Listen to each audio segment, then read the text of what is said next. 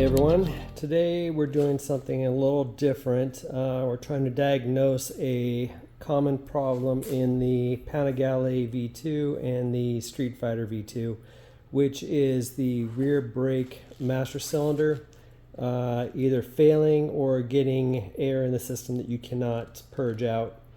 And the situation that happens is you go to use the rear brake lever and you can see how far it's going down. So see, just by this, it is going down about 2.5 inches. Way too far. You can see it even goes down a little more if I put my foot on it. At one point it even went down further. So the way it should be is, here is basically the same rear master on my V4, and you see how it goes down maybe 3/4 of an inch. I'll show you like this. See, that's as far as this should go down. So I've tried a couple different methods. I've tried bleeding the rear out, changing the fluid completely. I've had the dealer do it as well. I've activated the ABS and purged that out. Each time it fixed it, but only for a short period. So the problem that we're running into on the V2, and I'll show you, it's kind of the same on the V4, but the V4 doesn't have the issue that the V2 has. See how it's mounted upside down? And when it's mounted upside down, the bleeder is right there, which is on the bottom part of the caliper, even though it's on the top, which actually helps. So whereas it's angled, but it still creates a chance for air to get in there. I've had no problem on the V4. I've had endless problems on the V2. So this is one of the last fixes I'm going to try before replacing the rear master. So like I said, the issue is it's mounted upside down. So what one of the guys in our club, our DOC club, suggested is to unbolt it from here, and I'll show you. It has been unbolted.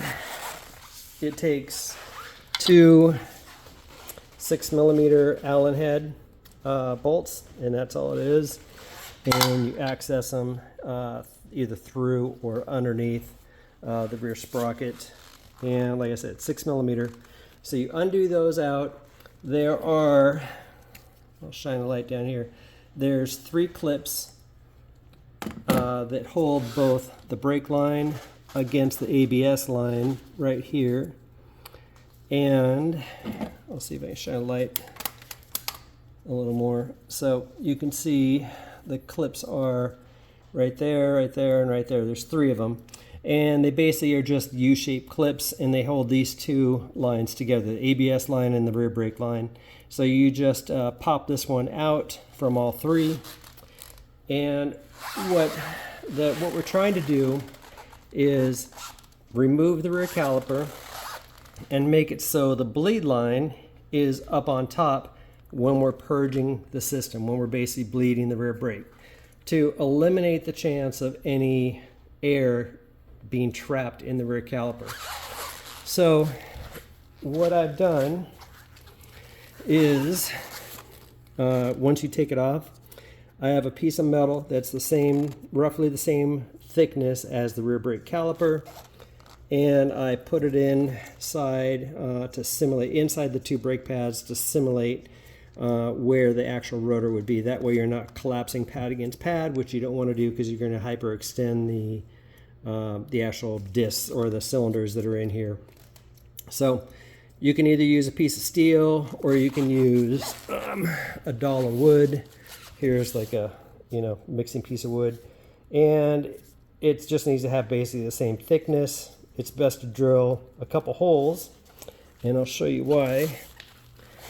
Because that way I can actually put a zip tie through the mounting hole and through the hole of the piece, whether it's wood or metal. That way it keeps it inside the caliper, it doesn't fall out. Next thing I wanted to do was to find something where I could elevate it up and secure it, which is I just use a jack stand and raise it up. And I'm holding this onto the jack stand by, I have a zip tie going around here, and I have a zip tie on this piece of metal holding it through. So basically this is keeping it secure. I can't raise it up off of the jack stand, and it's keeping it on that point that I want. So now I have my 11 millimeter open end on here. I got my tube. I always put the tube into a thing of old brake clean or brake fluid. That way, if you have your tube inside and submerged, you will not get any air going back up to the system. Usually I do the whole process of how I get to this point, but I literally wanted to see if this would work first, and then I decided to make a video to show everyone to see, last chance to see if this will work. So now I'm going to go ahead and try to bleed the system, and I'm going to see if it helps. Alright guys, one more thing I wanted to mention real quick was in the process of bleeding, you need to remove the rear brake master cylinder reservoir cap and the plunger. I always take a shop towel, I rip it in half, not all the way, and then I wrap it around and tuck it in. That way anything that spills out as I'm filling it up, it catches so you don't get on anything. Use whatever brake fluid you want, OEM.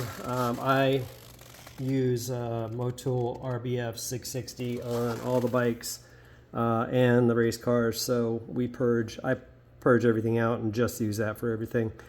Now, fingers crossed that this actually works and I don't have to buy another rear master cylinder. Fingers crossed.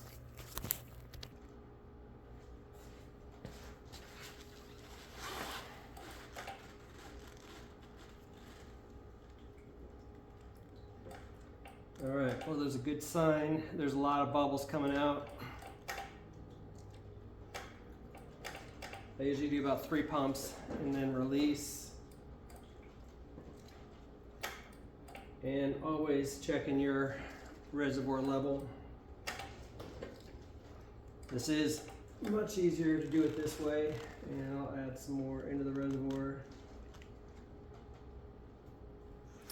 One thing I had to do is I had to add one more zip tie on this to keep this side mounted down, just because it was creating too much torque and twisting and moving this thing around. So just secure it the best you can to whatever you're using it to raise it to the level you want.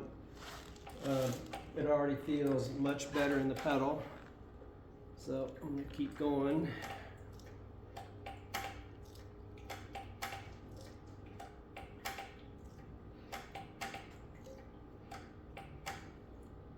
Okay, it's only moving about ½ an inch now, which is what it's supposed to do.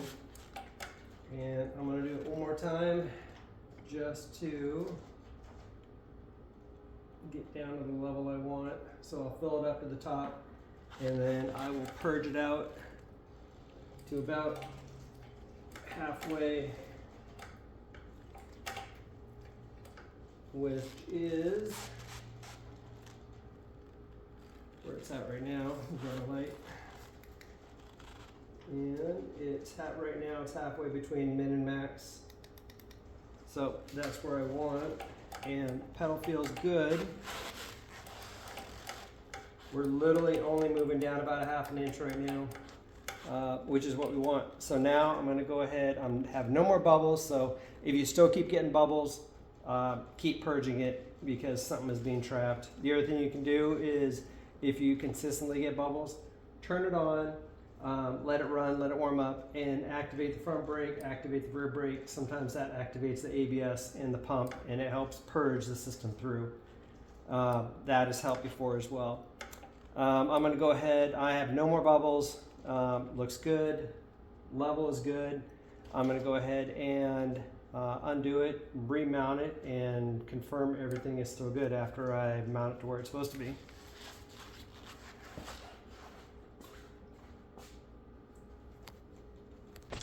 All right, so we have the cap back on. We have the level at about middle in between the min and the max. And I just wanted to show you again how this thing is mounted over here.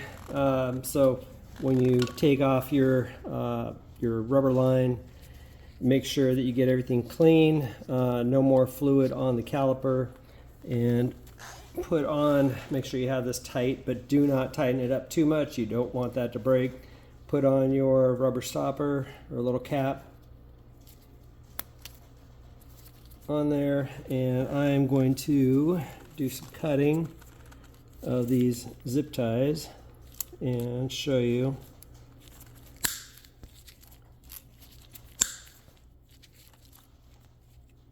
So cut that one. Doing this one-handed. All right, so that out. Let me cut this one there. So you can see there is the plate that I put in between. You can see how I have the zip tie going through the plate and on the mounting hole. And I have it on both sides. So it secures this plate into the master cylinder. That way I can bleed it without doing any damage to the pistons. You don't want to overextend the pistons. You always want to have something that replicates the, if you ever take this off and you're doing this remotely like I'm doing it where it's not on the rotor, you want to have something inside.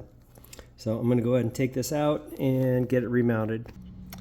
Okay guys, so I want to show you how to mount this back up again. So I've obviously taken the plate off. Now we're going to put it back in. This has the two 6mm Allens. So I am just going to put them in by hand.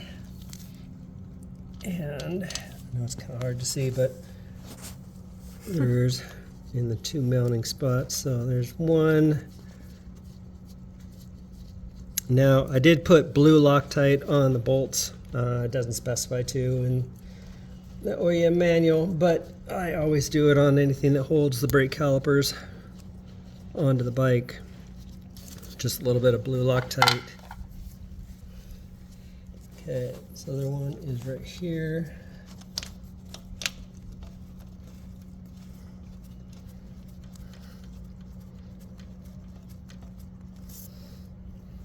So you can see that one right there and that one right there are the two mounting holes.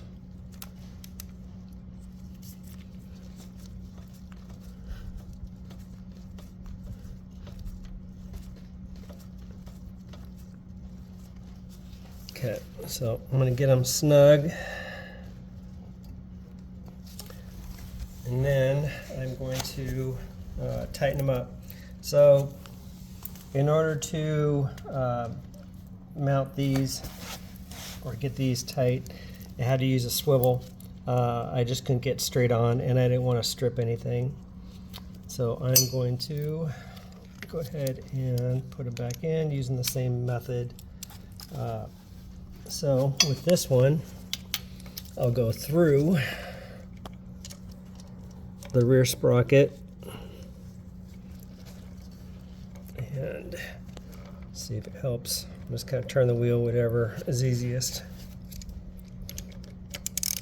Now, I could try torquing it, but you can't get a good reading, especially when you're using an adapter like this. So I just get them snug. Since I got blue Loctite on them, I'm not worried about it. So I'll get it snug and give it a pretty good turn. Not enough that you're going to strip it, but this is a 6mm, so they're pretty strong. Now this guy, on the other one, I can get to from underneath. Or let me try going through the caliper again. See if that'll work better. Yeah, that'll work better. So I'll turn it a little bit, and you can see from right here, I'm going through the caliper. Now I do the same thing.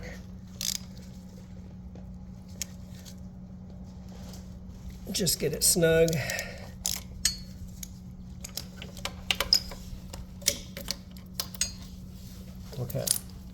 So now that that is mounted, I'll show you how these clips hold the cable in place.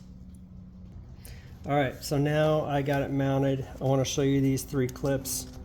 You have one there, and one there.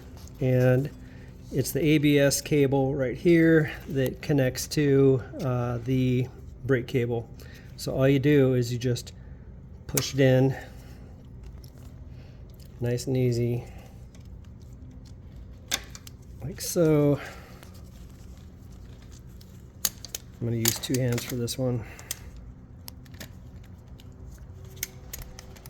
That's good.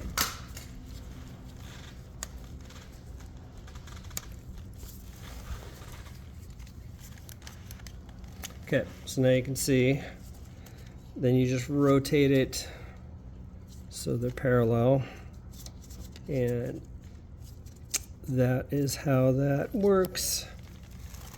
And now I'm going to go to the other side and hit the actual brake lever and just make sure everything is still good. All right, so now I want to show you the lever. Let's hope it works. Let's pump it up, and that is where it's supposed to be. Yay! So let's just make sure.